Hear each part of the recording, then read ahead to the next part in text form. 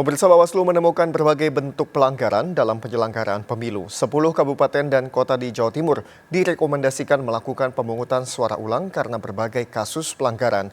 Di Kepulauan Riau, pemungutan suara ulang akibat kelalaian petugas KPPS memperbolehkan belasan pemilih dari luar kota mencoblos tanpa formulir A5.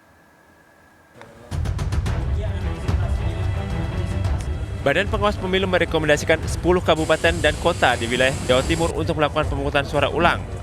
Langkah itu perlu dilakukan karena ada indikasi pelanggaran pemilu di 10 kabupaten tersebut.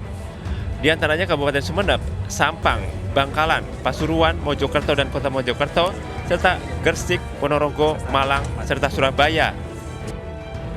Indikasi pelanggaran ditemukan di 12 TPS. Bentuk pelanggaran antara lain warga belum cukup umur mendapatkan C6 untuk mencoblos, surat suara sudah tercoblos, serta pelanggaran formulir A5 pindah tempat mencoblos.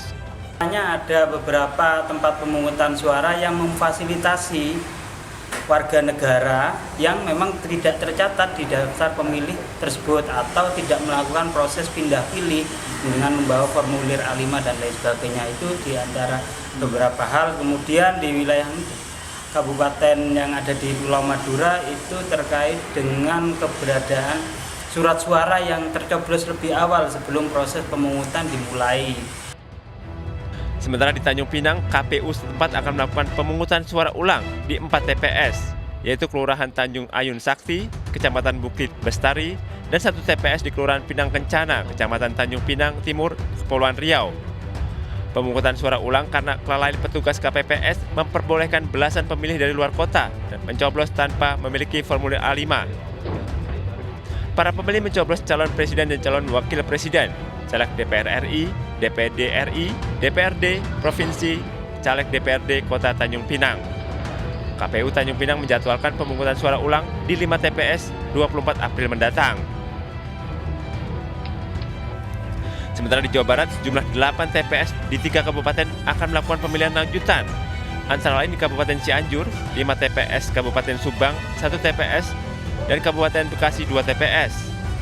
Pemilihan lanjutan disebabkan logistik surat suara kurang dan tertukarnya surat suara DPRD, kabupaten, kota, serta pencoblosan pada 17 April kemarin. Rencananya KPUD Jawa Barat dan Bawaslu akan menjadwalkan pemilihan lanjutan 21 April mendatang.